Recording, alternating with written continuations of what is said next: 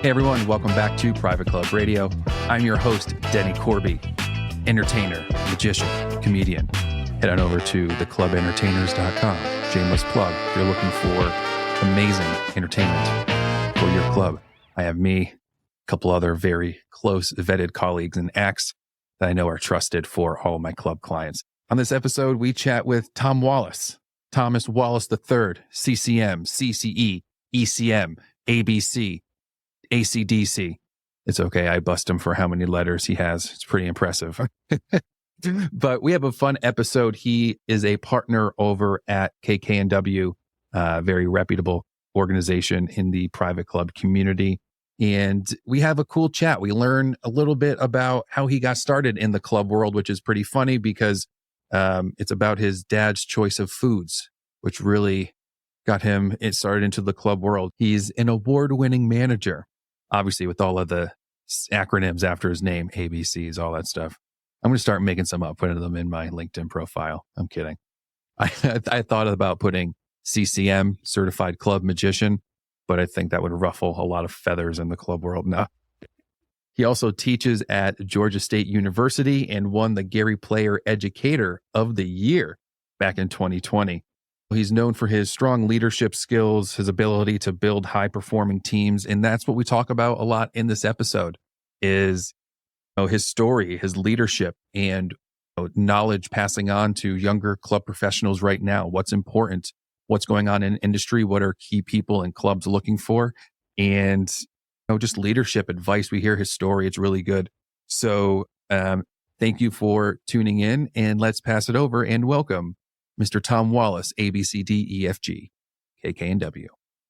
So, Mr. Wallace, thank you so much for hopping on with me. Really cool for you to be on. Really appreciate it. To get things started, what was the color of your first car? Color of my first car was it was a 1980 rust-colored Ford Escort with white vinyl interior. That was I'll never forget that car. Yeah, it was. It cost me a grand total of $300. So it was, but it was mine. I paid for it, and it was. I think it had 100,000 miles when I got it. So, but yeah, rust. It was literally that was the color on the title, rust. I was going to say, I had a puke green Ford Focus, so I think yours might win. It could be worse. Yeah. It was so kind of a brown orange, but it was called rust, and I don't know why anyone would ever name their paint color on a car rust, but that's what I had. Automatic or manual? Manual, of course. Oh, yeah, definitely a 5-speed, nice. And and it did not even have a slot for a radio, so you couldn't even get an aftermarket radio. There was not a slot for it. Wow! So you would hope to have somebody in the car that you'd want to talk to, because if not, it's so awkward. Yeah, exactly. Somebody that could at least sing or hum something or something. Yeah, at least keep the entertainment going. Yeah, that or the car probably just made enough noises that it just took over. You didn't really need a radio. Yeah, anyway, it had a complete life of its own. That it did mostly what it wanted to do, and I was just along for the ride. Literally, no pun intended. Literally. So you have a really cool background, a lot of stuff in the club world. How'd you get into the club world? My father was a police officer in the city where my first club, the country club, was, and he said, "I have two jobs for you. You can go start shining shoes at this country club, or you can clean this lawn. I know a guy who owns a dry cleaners. You can clean the dry cleaners after hours. Which one?" I said, "Well, what do you think?" He said, I've heard the food's pretty good at the club. So that was it. That was a pivotal life decision based on my dad's appetite, I guess. And but yeah, he got me a job shining shoes, and started when I was at 14, and kind of the rest was history. But yeah, it was. He had two jobs. I just followed my dad's direction. That's all. So what was the process? So you went from shining shoes. How long did that last? And then what was the next step there? Yeah, well, I spent the better part of the next 13, 14 years at Country, learning, doing everything. Started shining shoes, was a dishwasher, was a prep cook, was a waiter, a busboy, a bartender, worked my way up to becoming the assistant manager. And then I became the interim general manager a couple of times while I was there. I went through several GMs, a couple of GMs that worked there. I was waiting to go into the police academy because that's what that's what the family business was. And when I was waiting to do that, I had a couple managers that told me, maybe you should do this. You're pretty good at it. And I was like, no, I'm pretty sure I want to be a cop. That's kind of what my dad does. And, it was just one of those kind of households that I grew up in. And they said, no, you're really good at this. So I became an assistant manager, became an interim manager, and eventually I was named the interim general manager. And at the same time, I had an opportunity to interview at Oakmont Country Club, which was sometime, I think I was 27, so it would have been around 2000. And I got a chance to go up there. I interviewed. It was somebody had dropped out. So I got the interview notice the day before. They said, could you be at Oakmont first thing in the morning tomorrow? And I said, I sure can. And so I made the trip, got up there, and somehow interviewed well. It was I woke up that morning to drive up, and there was probably a foot of snow, and it was not the easiest drive ever. And I got there just in time and sat down, did an hour interview, and I could not even tell you one thing about the interview other than I remember obviously the people that were in there because I ended up getting the job, but I don't remember any questions. I just remember being just scared and kind of frozen. It was really the first time I'd ever interviewed for a job, was interviewing to become the GM at Oakmont. And I got that job. I spent the next 10 years at Oakmont, which was wonderful, and started my family right before I got to Oakmont. I had my first kid and had our daughter there. Had a great run, had a great team. We had 3 national championships, did a bunch of renovations, probably $50 million in capital renovations. And my current partner, Kurt Keebler, came to me then in 2011 and said, I have this recently bankrupt club in Naples, Florida, the community club, a couple $1 billion real estate community. It's kind of climbing its way back, but it's going to be a lot of work. But if you could do it, it really would be, a nice feather in your cap. And I was like, well, yeah, I was just young enough and had enough fire in my belly to think, yeah, I want to go down and try to do that. So I went down there and it was as hard as Kurt described it plus, and did that. Built a great team there. Brought down Karma Masuri, who's the GM there, GM COO there now. We put a great team together, and we got the place turned around. And Mediterra was a beautiful community, but just didn't really have a brand or understand where it wanted to go. But I think the team that we put together really got it turned around, and it's probably one of the premier communities in the country now.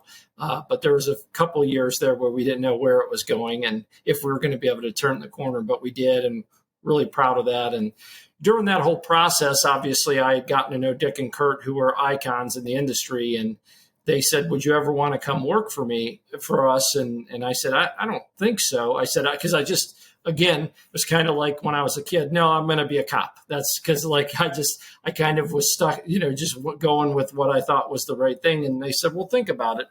And then when I left Oakmont, I really enjoyed turning Mediterra around. But the more I saw that I was having continued success wherever I was working, I kind of felt like maybe I could help more than just one club at a time. And I started talking to Dick and Kurt more seriously. And after 4 years at Mediterra, I decided it was a good time to take that step. And actually, as we were talking earlier, it also gave me the ability. My father had fallen ill, and I really didn't like being in Florida when my dad was in Cleveland. So it gave me the chance to not only go work for 2 icons, but get back home and be around my dad when he was dealing with some illness. So it all kind of is serendipitous timing, and it's all kind of worked out, I'd say.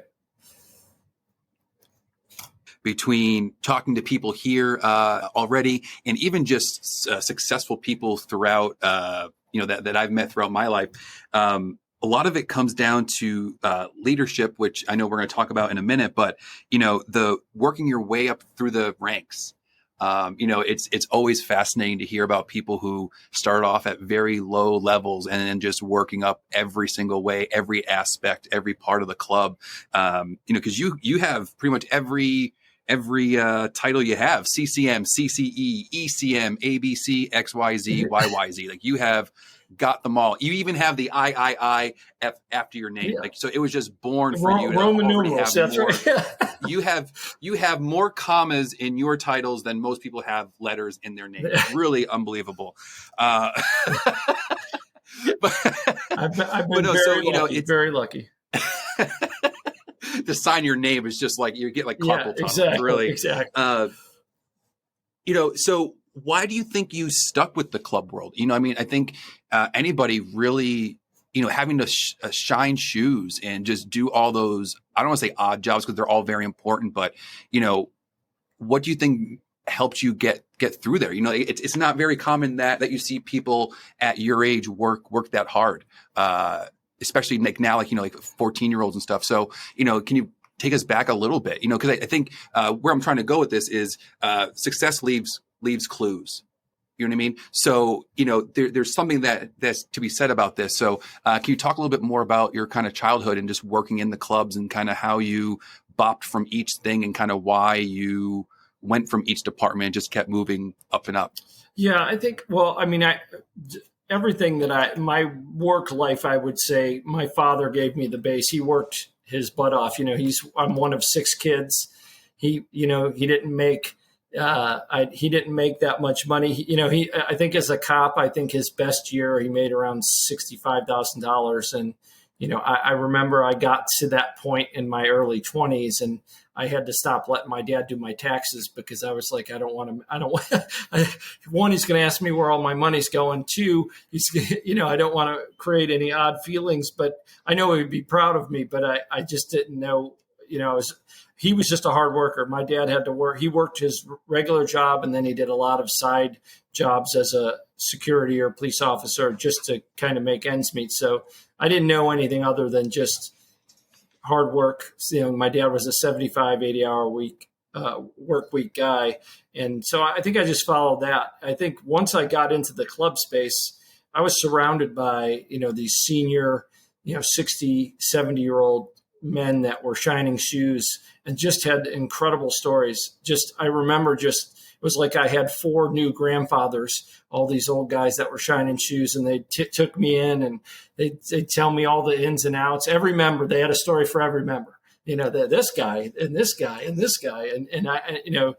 But it just taught me, one, they were just so caring and they wouldn't let you be lazy. Like you wouldn't slack on those guys. They would be like, "What are you doing? Get up, let's go." Like there was no low gear with them. So I like that, but they always cared for me. They always made sure I ate. They always made sure that I knew what to do. I remember being pretty lost and just getting thrown into that shine room, and they took great care of me, and they never. I remember all of those gentlemen so well and so fondly, telling stories that I probably didn't need to hear at 14, but all good education. And then, so I had all these wonderful employees that took me under their wing, and then all these wonderful members that over time started to, take me under their wing and teach me things and tell me things. People that I probably wouldn't have been able to be around if my dad hadn't gotten me the job there. And they were kind of the who's who of my town. And so it was neat. It was people that I probably would have been impressed to have met once in my life. I started to get to hang around with, and they really took me under their wing. So I think that's what my father's drive and just his work ethic. I think people taking interest in me, both from my coworkers, but also the members. They really, I think they felt like I was a nice young man and they wanted to see me do good things. And so I just was lucky, and people just kept kind of pulling me up and saying, you know what, now you need to learn. If you should do this, it'll pay you a little more. You should do this, it'll pay you a little more. You'll learn a little bit more. Hang out with Chef. You should work for Chef for a year. So it's just people looking after me and keeping me out of trouble, which is, I think, the main reason my dad wanted me to have a job. But then just wonderful people that really care. And it is a family. The club space, there's members, you either have a bag tag or a name tag, but you're a fit part of a family. And, I still bump into people from country from 20 years ago that can't believe they've seen me, and we talk, and we could talk for 30 minutes about all the things we went through together. So I think it was that. From a leadership perspective, I had 200 adult employees that I looked up to. I saw what not to do. I saw what to do. I had GMs that I was like, boy, I'll never act like that. And then I have GMs that I saw that I'm like, someday I'm going to be as cool as that guy or that girl. Yeah. So yeah, it was really absorbing everything around me and just having the ability to, I think the one thing I had going for me is that, which has changed over the years, was I was quiet and I listened more than I talked. And I think that really helped me to bond to a lot of people.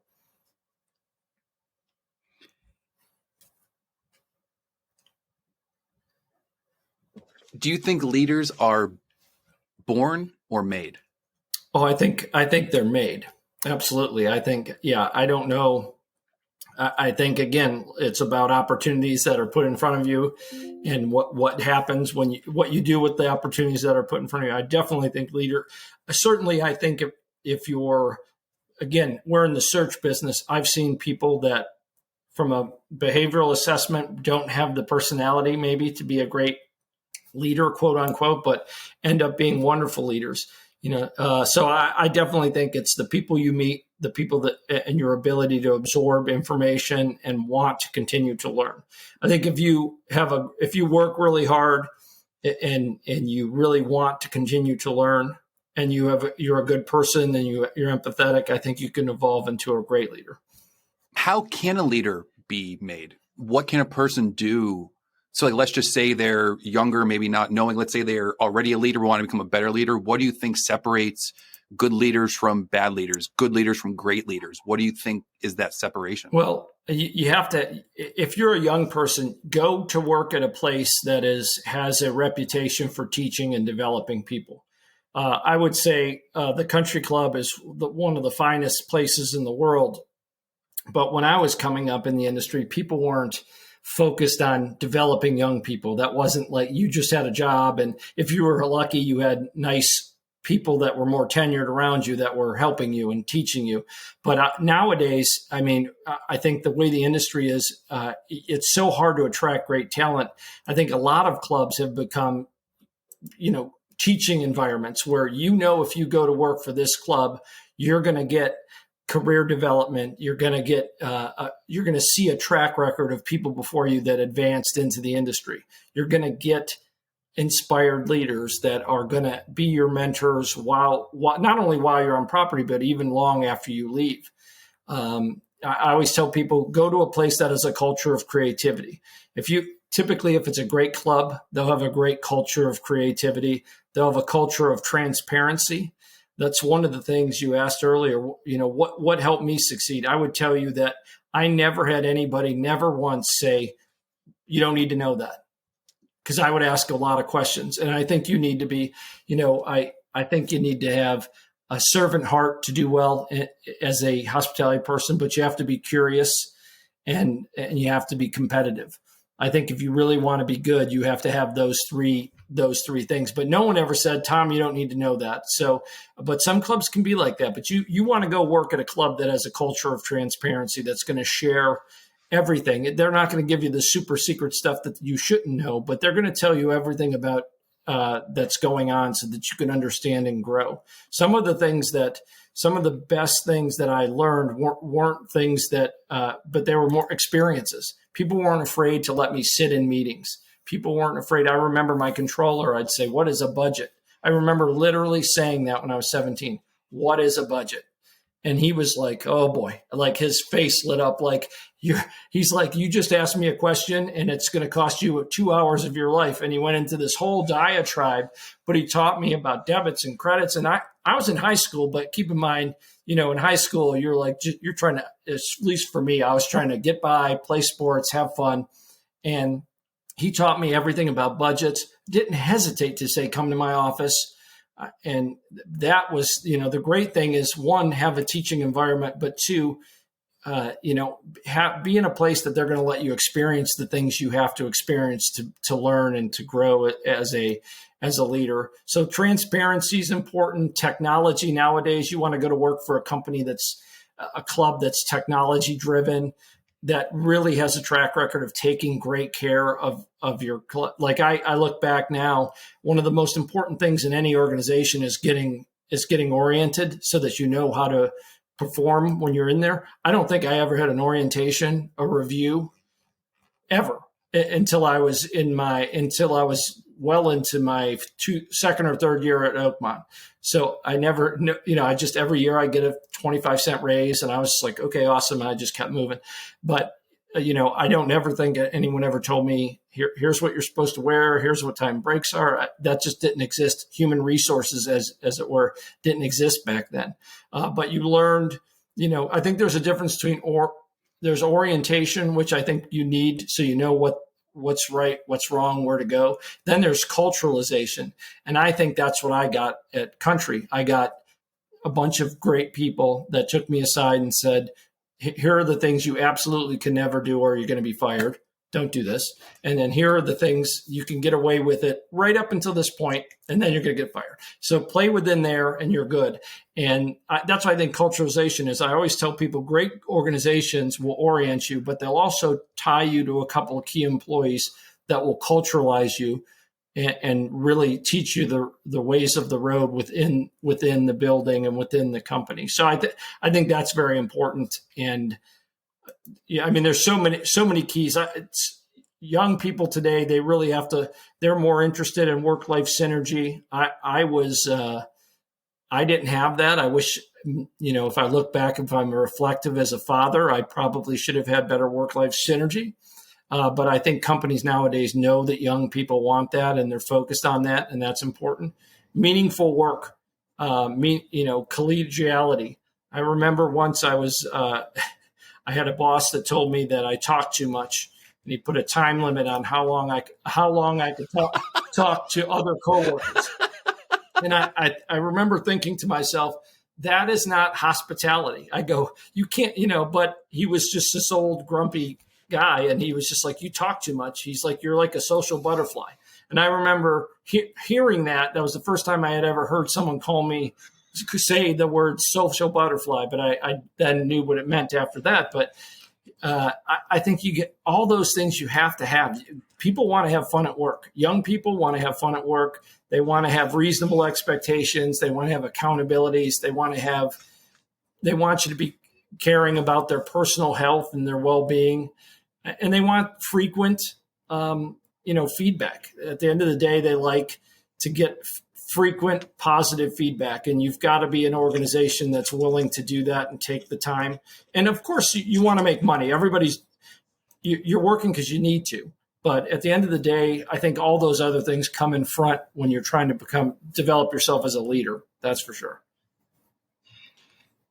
You mentioned a couple of times the word creativity and culture and staffing. How are clubs, creatively maneuvering these kind of sticky times? Yeah, well, I think it's, I think that it's holistically. You've got to have a holistic approach. One of the things big organizations they have a holistic approach to the team, to a teammate's life cycle. How are you going to recruit them? How, who's a part of the selection process? We talked about orientation. We talked about culture setting. Once they're in, do you continue to train and develop them? How much money and time do you spend on recognition and retention? There's got to be a plan about that. How do you give that feedback, that gentle feedback? How do you give the positive feedback? How do you give the negative feedback? And how do you continue to develop them so they know that you care? I see a lot of clubs developing an employer of choice committee. I think if there's one committee, I don't think we should be adding committees. I think the paid staff should be running clubs with the help of the board and some committees. But I do think that you need a human resource or a employer of choice committee, a group of HR professionals that are members, helping your general manager and your HR staff really look at how you're doing everything. I think great clubs are the employer of choice in their community. I mean, you think about 25 years ago, that wasn't the way clubs were looked at. They were the gated things that up on the top of the hill. Now, great clubs are pillars of the community, and they're the employer of choice, not only by pay, but by development, by giving back, those kind of things. I think those are the big keys. Focusing, one of the things we tell boards, you should be talking about human capital every board meeting. You should be talking about how are we looking? What are we paying compared to our comp set? What are we doing for recognition and retention? How are our Christmas bonuses compared to our competitors? How are our employee satisfaction surveys versus our competitors? A lot of times, oftentimes I talk to general managers and they all do exit interviews, but maybe 1 in 10 are doing stay interviews. So it's really important that you're surveying. Young people want to give you feedback.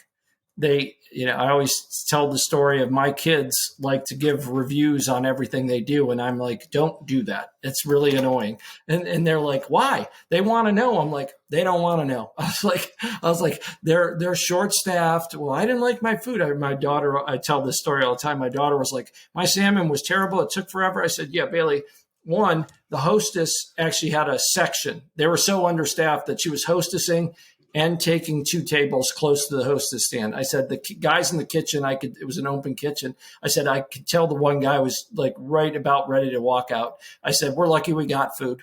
I said, no Yelp reviews, but young people do want to give feedback. And I'll be honest, great organizations do want to know how their employees feel. If you don't know how they feel, you don't ask them when they're leaving, why they're leaving. I mean, that's valuable in some ways, but I'd rather know why they're unhappy right now, and can I fix it to keep you?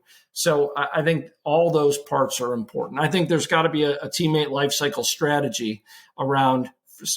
It starts at the beginning, how you're going to recruit, where you're going to recruit, all the way to, okay, you're not going to keep moving up. You don't want to become a general manager.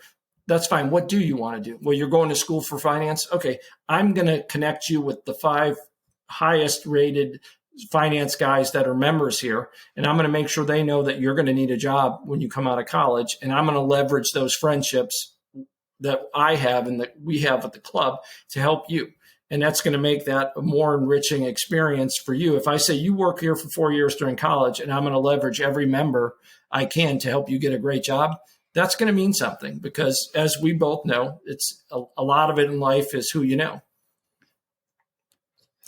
I heard someone told me once, it's not always who you know, it's who knows you. There you go. And I was like, oh, yeah, that's even better. Yeah. Oh, yeah. I was like, oh, that's good. Because it's the same thing. I was like, oh, it's not, it's who you know. They're like, no, it's not who you know, it's who knows you. I was like, what do you mean? They go, because you can know everybody, but if they don't know you back, right, it's irrelevant. Right. And I was like, oh man, that's good. That is a really interesting thing you said there. I really like that because, it takes it from now. That's like a indistinguishable value add that you're creating at the club with a mindset like that. Cause now the club is not just a club, and the members aren't just having like a membership. It's now, the club's looking out for me in different ways. So now it's the club's making them money. Possibly, because now they might just get a brand new finance person. They might just get their a new salesperson who was a busboy but has a great personality, and now they're doing sales for them. So it's just amazing that the different things that you can, the value you can create in a club world for the members, beyond just initiation fees, dues, and golf and food and beverage. Yeah, and I think it's funny. And this is just a thought, but there's not. As people have gotten younger, there's less segmentation. Like young members see young employees and they bond with them, and they're not like, well, there's a level of appropriateness you have to keep, but they want to help. If you're taking care of them, you're giving them their Easters, their Christmases, their holidays, their great weekend. You're giving them their memories with their family. When you say, hey, can you help Tom Wallace? He's a finance major. He needs an internship. I guarantee you they're going to make some calls. I've never in my life, and I've probably leveraged my friendships with members 200, 300 times, I've never had someone say no. they say, send me the resume. And once in a while I'll get they never follow back up with me from the employee side. And I'll be like, are you nuts? What are you doing? But for the most part, they're happy to help and proud to, carry on that family connectivity into their professional life. Great word, leverage. Yeah. Love that word. Yeah. Love that word, leverage. Oh, that's so good. So you also help people get jobs. You put people into positions. Someone who's maybe a little bit younger, what can they do? What can they not do? What are some qualities you look for? Are resumes still super relevant? This is me just, I'm in a different world. I don't think I've had a resume in years, but the older I get, I hear, sometimes a resume isn't always the most important thing, because now with social media, LinkedIn, kind of their resumes are out there for the most part. So what can younger people do? Like, what are things clubs are looking for? How can they get in? Like, how can you help them? Yeah, well, I have to just say, because once a week I'm blown away by the stupidity of what people put on social media. And I mean that lovingly. I love my industry. I've been doing this since I'm 14, and I love everybody. But come on, folks! Like and oftentimes, Denny, they'll say, "I forgot that I put that up there." I'm like, well, if take a look once and go back, rewind. And I know, I get it. So if someone who's 35, there's a pretty good chance at 25 you put something stupid on there that would be found to be inappropriate. And it's always that way. They're like, oh my gosh, I forgot I posted that. It's like, really take a look. Yes, resumes are important. And LinkedIn's more important now. I would tell you that resumes are very important once you get past one hurdle. But I think LinkedIn and that's the gatekeeper now. That's people get to see you. They get to see a little bit about your history. Then if they get a resume after that, but people go to LinkedIn right away now. So LinkedIn's a big thing. Social media, we still have an older demographic. The majority of the leaders of clubs and board members are a little, aren't 30 or 40. They're more like 50 or 60, but there's some younger boards. But LinkedIn's important. Resumes are really important. Social media from the perspective of, if you have a club LinkedIn or a club Instagram, members will look at that. They'll look and see what you've put up. But yeah, resumes are important from a skill set perspective. They continue to evolve. From a personal perspective, you need to be, if you want to be a great leader in this industry, and this is not just me, this is what our search committees are telling us. We do 100 and some searches a year. They want somebody that's self-aware. And self-aware really gets down to, and that's one of my favorites, is what does self-aware mean? Self-aware means someone that knows they're surrounded by brilliant people and that they don't always have to be the smartest person in the room. I think of myself as a young manager, and I tried to keep the board members and the search committee or the committee members out of my space. And by the time I was a tenured manager, I was like, I have all these smart people. I got to tap into this. Why am I trying to do this all on my own? These people want to help. They love this place. But it takes you a while to evolve into that kind of leader. When you're a young leader, you think you're a hero leader. I could do it myself, and then what I like to call a leverage leader, by the time you get to be a leverage leader, you realize, let's tap into everybody. Let's have everybody do their part, and we're all going to look good, and we're all going to move forward together. So I think there's an evolution from hero leader to leverage leader, but self-awareness is the number one thing we always hear. We want somebody that knows what they know and isn't ashamed to say what they say. Listen, I don't know. I don't know that, but I'll get you the information. I promise. There's no shame in not knowing everything. You need to be a visionary. They want somebody that's creative. They want somebody that is going to lead the club. That's a skill set that you have to be able to paint a picture of what the club's going to look like tomorrow, a month from now, and then 5 years from now, and be able to not only talk about it, but deliver on that. I think you have a lot of smart people in clubs, but there shouldn't be anybody smarter than you when it comes to where the club should be going. You should be up to date on trends and things like that. You should be saying, here's what's happening in the industry, and here's what I think we should do for Oakmont Country Club, and here's how I think we should get there. Now, you might get some other opinions from the members, that's fine, but they really do want you to be the leader in the boardroom. They want you to take the club to the next level. obviously accountability, one of the great skill sets that has come out of not only COVID, but you go all the way back to the downturn of the financial downturn, 08, 09. You have to have accountability. Everybody in a club has to have accountability. The board has accountability to the membership. The GM has accountability to the board. The committees have accountability to the board, and the general manager and the department heads have accountability to the GM. So accountability is important, and that's not something that has always existed, but certainly over the years has evolved into a real key ability. You have to be able to hold people accountable. Integrity, certainly. Execution, one of the things we hear all the time, Benny, in the search business is, Tom had a lot of great ideas, and he could tell us about it, but he could never push the button and make it happen. You have to be both an architect and a builder. You have to actually be able to not only talk about something great, but you need to be able to actually make it happen. Employees want somebody that's detail oriented, that's charismatic, somebody that manages change. Change management used to be something prior to COVID that we always used to talk about, like change. The best managers really know how to manage change, but really clubs were changing like this much every year. Now clubs change like this much, and you can't even keep up. One of my favorite lines is, we used to move like cruise ships, now we move like jet skis. We could change on a dime, which I think will help us continue to be a viable option for people's leisure dollar and leisure time in the future. I think clubs were moving too slow for many decades. Now I think we're on the cutting edge of hospitality, because we realized when it got right down to it, people were comfortable coming to their clubs where they weren't comfortable getting on planes, going to hotels, going to big resorts. So that's something we have to remember and continue to kind of foster. That was a great thing for us.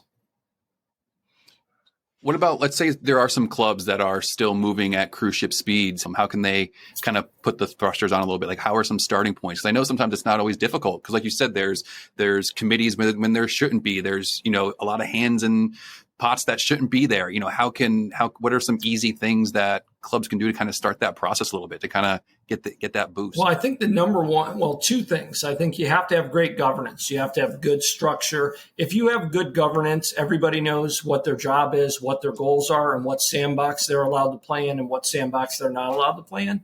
That will help with that structure. But then the other part is you have to have a strategy and a business plan. If you don't have a strategic plan, how many people go into a business and don't have a business plan? But often in the club space, there are a lot of clubs that don't have a strategic plan. So you need to have a strategic plan. If you have a strategic plan, it holds everybody accountable. So if you get in front of your membership and say, in 2 years, we're going to build this, in 3 years, we're going to build this and do this, and then you don't do that, then that's where the accountability comes in. Then people will look at you going, are you the right manager? Are you the right board president? You really need some structure like that. So good governance, and I think a strategic plan. Every club, regardless of your financial wherewithal, needs to have a business plan for where you want to go for the next 2-3 years. And everybody needs to know that plan so that you could be held accountable to it. But it also gives you some focus. One of the things I always make a joke about is, when you come into a club, if there's 500 members, 500 people are going to tell you how to run the place.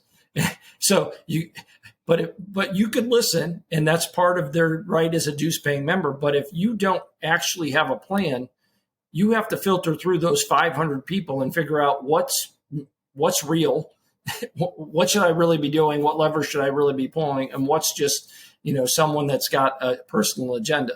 But you don't have to worry about that if you have a strategic plan. All businesses are driven by great planning. And if you have a great strategic plan, it will help you as a leader, the general manager, and it'll help the board stay focused on the future. Crazy times. There's a lot of amazing things happening in our world. There's a lot of bad things happening in our world. What are some things you see clubs doing that they should stop doing immediately? Well, I think not raising dues because you're afraid, things are tight, inflation's real. But I think just like any business, you can't not raise dues every year. Things are getting more expensive. You can't be afraid. You can't kick the can down the road as a board, as a general manager. Raise dues. You have to raise dues to keep up with the cost of living, and you have to do that every year. And you have to make sure your members are comfortable with that.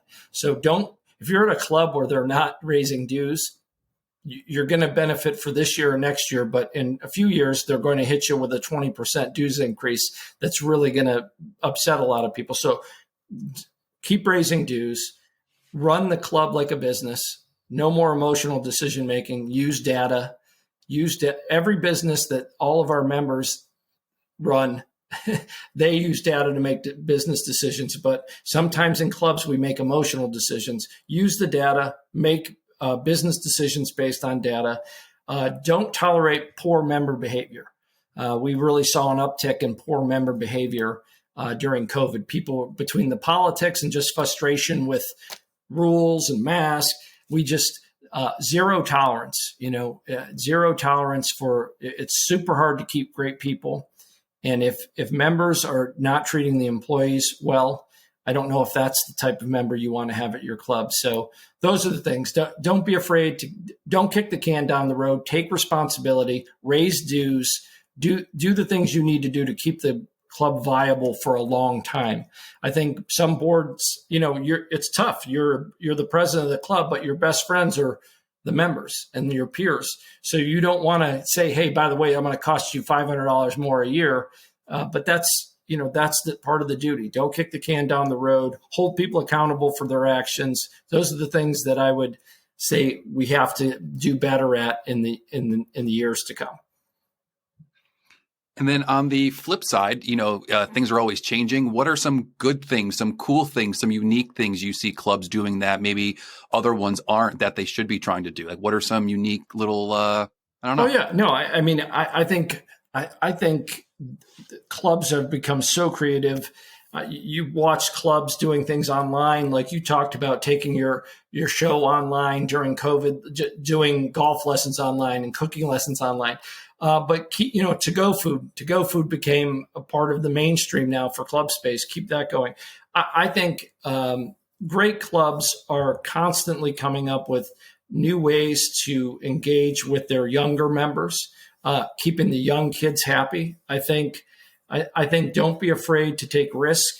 Don't be afraid to try something that you've never done before. If it fails, what's the worst that happens? I always used to say, Coca-Cola changed their recipe and and it was a big debacle, but guess what? Coca-Cola is still around. And did it cost them hundreds of millions of dollars? Maybe, but they're still here. Nothing we do will get to that level. We're not launching rockets here. Let's try some things, be risky. I think the best managers in the country are constantly putting themselves in environments where they could see new things around food, beverage, golf, and bringing it back to their club and trying to introduce it in one way or the other.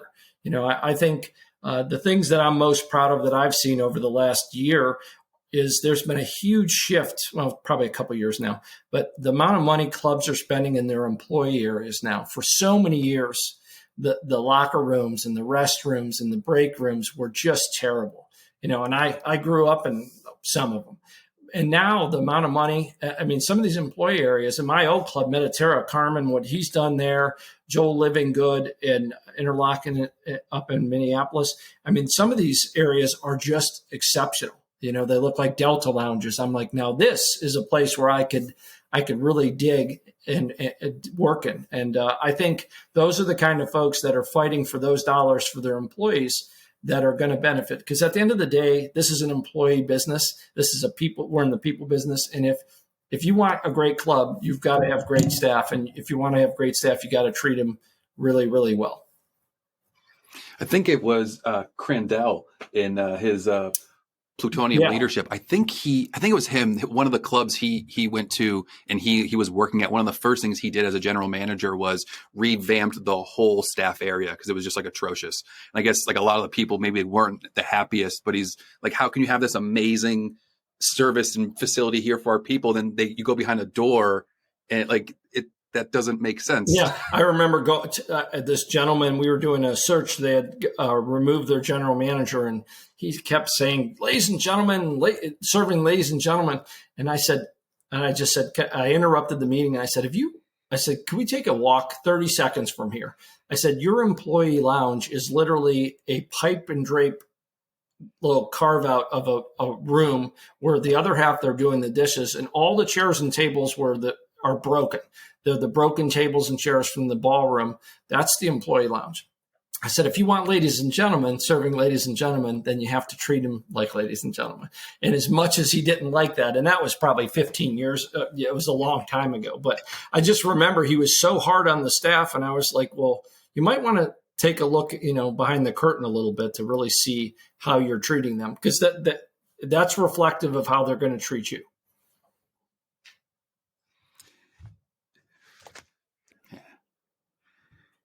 Mr. Wallace, I want to thank you so much for hopping on with us today. It really means the world. Hope you have a fantastic day. And where can people find out more about you? Yeah. Well, if CLA is www.clubleadershipalliance.com, and obviously KK&W is www.kk, the word and w.com. So hit either of those websites. You can find both groups on either website, and all of our services. We're here. We love the industry and love giving back to it. And you're also very active on LinkedIn also. Yeah. So we are indeed. All right, sir, you have a fantastic day, and we will talk to you soon. Okay. Thank you so much, Tom, for being on. I look forward to bringing you on again in the future. You are so much fun to talk to. If you're interested, linking up with Tom, head on over to LinkedIn, Tom Wallace, Thomas Wallace. We'll also put a link in the show notes below. If you're enjoying the content, really, really appreciate anything you can do to help out. So give whatever platform you are on right now, give a subscribe, give a rating. We'll really appreciate it. Even if you want to pass this along to somebody else, someone who might enjoy the listen, we appreciate that as well. And always, if you're in the market, please give some of our show partners, sponsors, and friends an opportunity, because without them, this would not be possible. Hope you all have a fantastic whatever time of day you're listening to. Stay well. Until next time.